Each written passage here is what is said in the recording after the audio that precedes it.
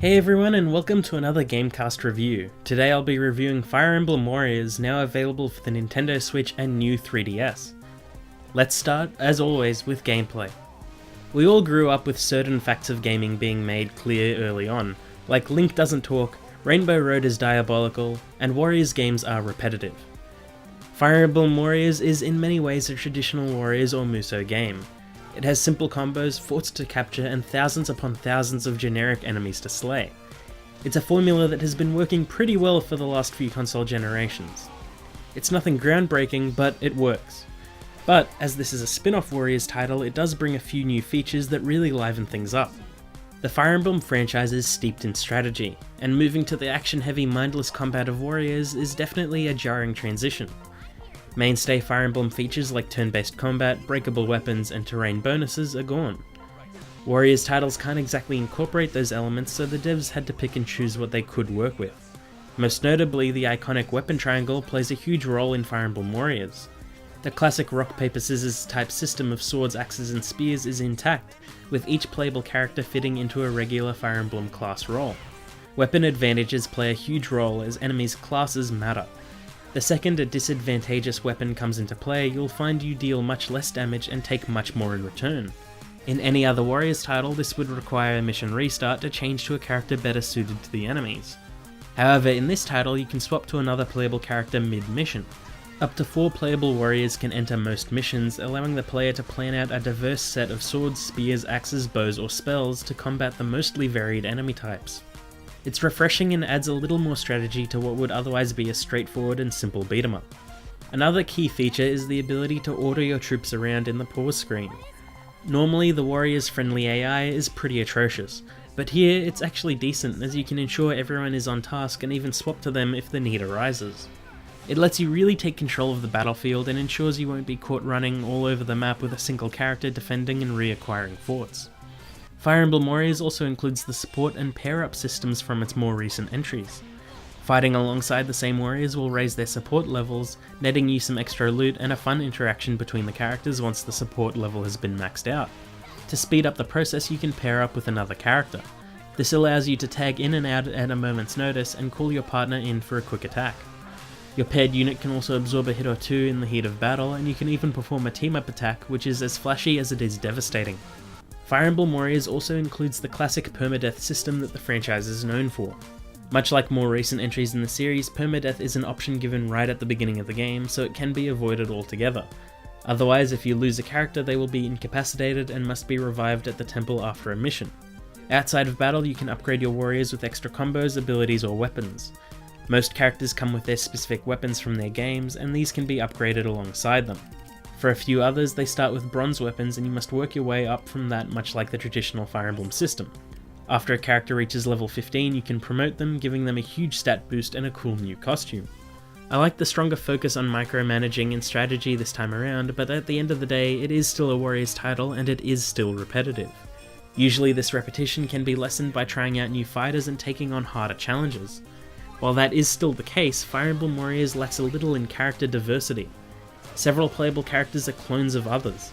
For example, Chrom and Lucina have the exact same combos but different special moves. Hinoka, Cordelia, and Cedar are in the same boat as well. It's a shame because these characters could have been unique. Having a smaller, more diverse cast of characters might have been better in the long term. Next, let's talk about the story. Warriors spin-offs aren't exactly known for their deep narratives, and the same is true for Fire Emblem Warriors. It's not bad by any means, it just has a very been there done that kind of vibe. The story takes place outside of the main Fire Emblem narrative, focusing on the new fictional kingdom of Aetolis, and its twin prince and princess Rowan and Liana. One day, mysterious rifts open up in the skies and monsters start to pour into their once peaceful kingdom. These rifts also brought together other Fire Emblem timelines and worlds. Rowan and Liana quickly set off on a journey to save the world from this new threat by joining forces with the greatest heroes from the Fire Emblem's long history, or at least the greatest heroes from its more recent entries.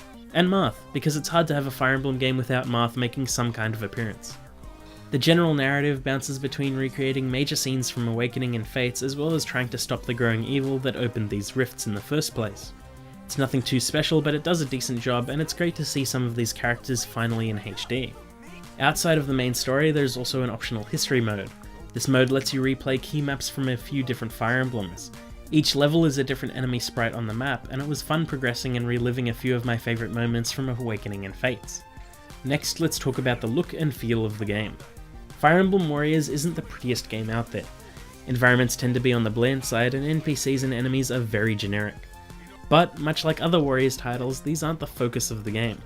The playable character models are intricate and well animated, showing great versatility. Characters like Chrom, Marth and Cordelia look and feel like they should, clearing out hundreds of enemies with elegant and flashy attacks. It makes me wish for a more diverse roster of characters, as it seems like a missed opportunity that there are no thieves or heavy knights. There's also an overabundance of sword users, which is kind of unavoidable seeing as almost every fan favourite or iconic Fire Emblem character uses a sword in some capacity. The pre-rendered cutscenes are nice, and the early cinematics that recreate a few iconic scenes from Awakening and Fates were a lot of fun.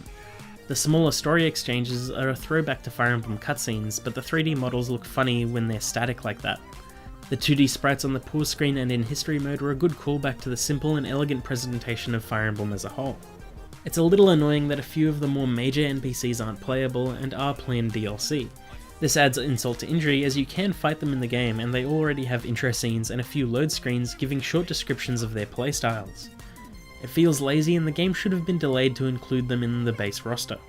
I've already mentioned that Fire Emblem Warriors is repetitive, but it's a smooth and fun kind of repetitive that only Warriors titles can accomplish. I encountered only a few framerate drops every now and again, which was fine. Fire Emblem Warriors also includes the option to bump up the game to 60 frames per second at the cost of downgraded graphics. While I never thought of it as a demanding genre, it was a nice feature to have. The soundtrack remixes many of the more recent Fire Emblem songs in much the same way as Hyrule Warriors did a couple years back.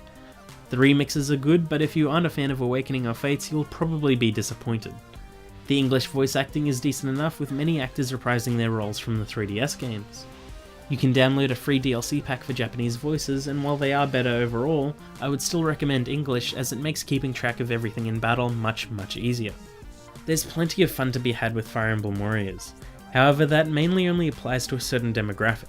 Fans of Fire Emblem titles might find this hard to get into, while Warriors fans might have trouble getting into the new features and characters. It feels like it was made for fans of both recent Fire Emblem titles and the classic Warriors gameplay. Fortunately for the developers, I fit right into that category and I enjoyed my time with the game. The portability of the Switch is a huge bonus for this game, as it's great in short bursts and there are dozens of hours worth of content in the base game, with more being added as DLC further down the track. Fire Emblem Warriors is a hard game to recommend, as it melds two very different franchises together. It might appeal more to a Warriors fan than a Fire Emblem fan, and it being a crossover is not a great place to start for newcomers. By itself, it's quite a fun game, but familiarity with the franchise's history does help. Because of that, I feel like it needs two different scores. If, like me, you're already a fan of Fire Emblem and Warriors games, then this title is probably worth a buy. However, if you aren't a fan of either, or only a fan of one of them, then this would probably be better if you've waited for a sale. Thanks for watching, I hope you enjoyed that video. Stick around at GameCast for more great gaming content, and you can find more from me over at Arisen Culture. Until next time, bye! We won this time! Now we have to keep it up!